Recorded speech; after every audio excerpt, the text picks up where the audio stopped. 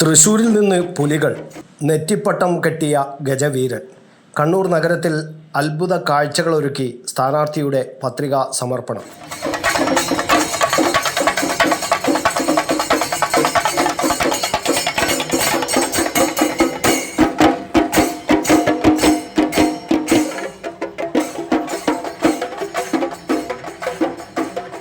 നിയമസഭാ തെരഞ്ഞെടുപ്പ് പ്രചരണത്തിലെ വേറിട്ട കാഴ്ച.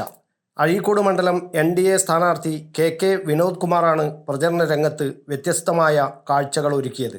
നെറ്റിപ്പട്ടം കെട്ടിയ ഗജവീരൻ്റെ മുകളിലേറിയാണ് വിനോദ് കുമാർ നാമനിർദ്ദേശ പത്രിക കൊടുക്കാൻ പാർട്ടി പ്രവർത്തകരോടൊപ്പം കലക്ട്രേറ്റിലെത്തിയത്.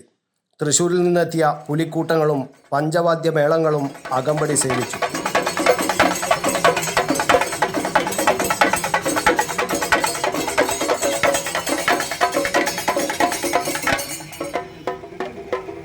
ചെറുകുന്ന് ഗജരാജ എന്ന് പേരിട്ടുള്ള കൊമ്പനാന.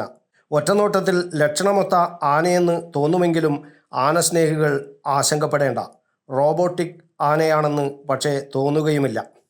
തളാപ്പിൽ നിന്നാരംഭിച്ച റോഡ് ഷോ BJP ദേശീയ സമിതി അംഗം CK പത്മനാഭൻ ഉദ്ഘാടനം ചെയ്തു.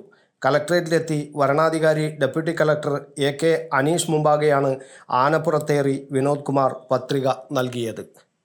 News bureau, Kannur media.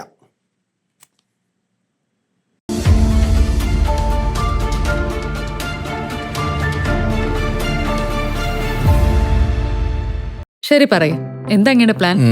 Kitchen വർക്സും ഇന്റീരിയർ വർക്സും നമുക്ക് നല്ലൊരു ടീമിനെ ഏൽപ്പിക്കണം. പിന്നെ ഫർണിച്ചർ സുനിതയിൽ എടുക്കാം.